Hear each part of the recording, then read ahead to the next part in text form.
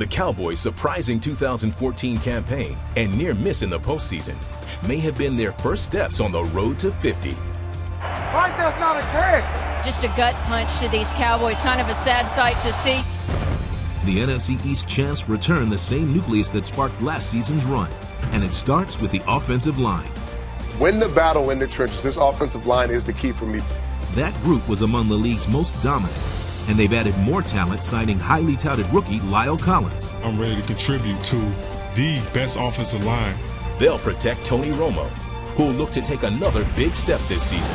Fires a deep fade down the right side, over the shoulder, touchdown! Oh, what a pretty pass!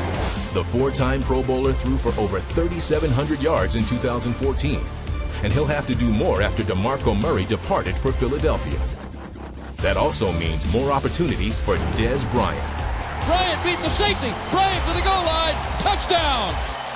His 16 touchdowns were the most of any wide receiver in the league last season. And the X is going up again! And we can expect more big plays from Tony Romo's consistent security blanket, Jason Witten.